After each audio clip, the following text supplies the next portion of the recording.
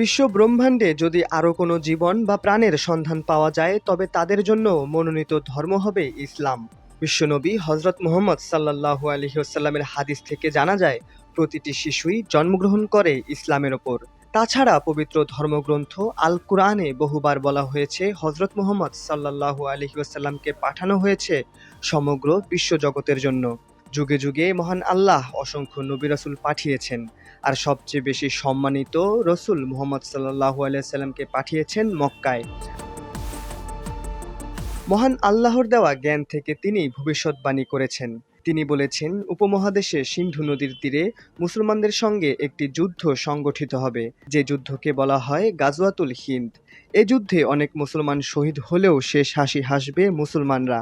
রসুল সাল্লাল্লাহু আলাইহি সাল্লামের হাদিস থেকে এই ভবিষ্যৎবাণীর সত্যতা জানা যায়। সম্প্রতি বাংলাদেশের সাথে বৈরিতা বিরাজ করছে ভারতের। এ বৈরিতাকে অনেকে আবার গাজওয়াতুল হিন্দ বলে দাবি করছেন। এ দাবি শুধু বাংলাদেশের মুসলমানদের একা নয়, ভারতীয় বেশ কিছু মিডিয়ায়ও গাজওয়াতুল হিন্দকে কেন্দ্র করে চালানো হচ্ছে প্রচারণা। বিশ্বব্যাপী হিন্দু ধর্ম প্রচারের শক্তিশালী সংস্থা ইসকনের বেলায় তারা যেখানে চুপ, সেখানে গাজওয়াতুল হিন্দকে নিয়ে তারা অপপ্রচার চালিয়ে যাচ্ছে। সম্প্রতি উপমহাদেশে বিরাজ করছে থমথমে পরিবেশ। বিভিন্ন দেশগুলো একে অপরের সঙ্গে ঠান্ডা যুদ্ধে লিপ্ত রয়েছে। এসব যুদ্ধের স্বার্থ কেবল সার্বভৌমত্ব, অর্থনীতি বা সংস্কৃতি নয়, ধর্মীয় অস্তিত্ব টিকিয়ে রাখাও এ যুদ্ধের একটি বড় চ্যালেঞ্জ।